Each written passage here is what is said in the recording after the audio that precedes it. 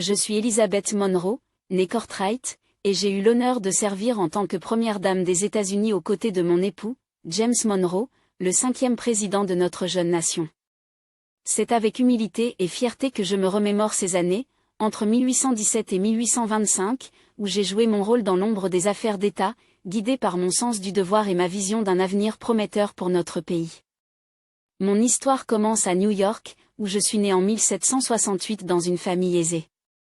Élevée dans une atmosphère de raffinement, j'ai appris très tôt l'importance de la dignité et des valeurs familiales. Ces qualités m'ont accompagnée tout au long de ma vie, y compris durant mes années à la Maison-Blanche. Mon époux, James, et moi avons formé un couple uni et résilient. Nos premières années ensemble ont été marquées par ses engagements militaires et diplomatiques, et j'ai découvert avec lui les intrigues des cours européennes lors de nos séjours en France et en Angleterre. En tant qu'épouse d'un diplomate, j'ai appris à naviguer avec grâce et discrétion dans des cercles influents, une expérience qui s'est avérée inestimable lorsqu'il devint président. Durant la présidence de James, notre nation traversait une période charnière. Les tensions internationales s'apaisaient après la guerre de 1812, et l'ère dite des bons sentiments prenait forme. La Maison-Blanche, cependant, était loin d'être un lieu de détente.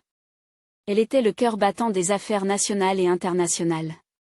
En tant que première dame, j'ai adopté une approche différente de celle de mes prédécesseurs.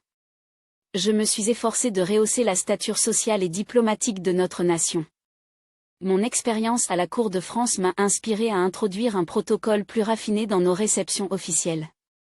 Certains m'ont critiqué pour ma réserve, me qualifiant même de distante, mais mon intention était d'instaurer un respect accru pour la fonction présidentielle, tout en protégeant ma santé fragile.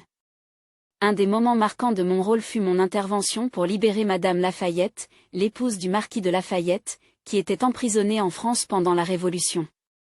Cet acte a cimenté mon image comme une femme de compassion et de courage. Je dois également mentionner notre résidence, la Maison-Blanche. Pendant nos années, elle a connu une restauration majeure après avoir été incendiée par les Britanniques en 1814. Je me suis personnellement impliquée dans le choix de certains meubles, veillant à ce que ce lieu symbolise l'élégance et le pouvoir de notre jeune nation. Cependant, ces années n'étaient pas sans défi. Ma santé a souvent vacillé, et je suis restée en retrait lors de certaines fonctions officielles. Mais chaque action que j'ai entreprise, chaque réception organisée, chaque conversation tenue avec des dignitaires étrangers, avait pour objectif de servir mon pays et de soutenir mon époux dans ses responsabilités. En 1825, lorsque James a quitté ses fonctions, nous sommes retournés à Oak Hill, notre domaine en Virginie. Je me suis consacrée à notre famille, profitant des instants précieux loin des projecteurs. Mon parcours en tant que première dame fut un chapitre exigeant mais profondément enrichissant de ma vie, et je chéris le rôle que j'ai joué dans l'histoire de notre nation. Aujourd'hui, je suis fière de savoir que mon héritage perdure, non seulement à travers mon soutien indéfectible à mon époux, mais aussi à travers les contributions que j'ai apportées, discrètes mais significatives, à la jeune République américaine.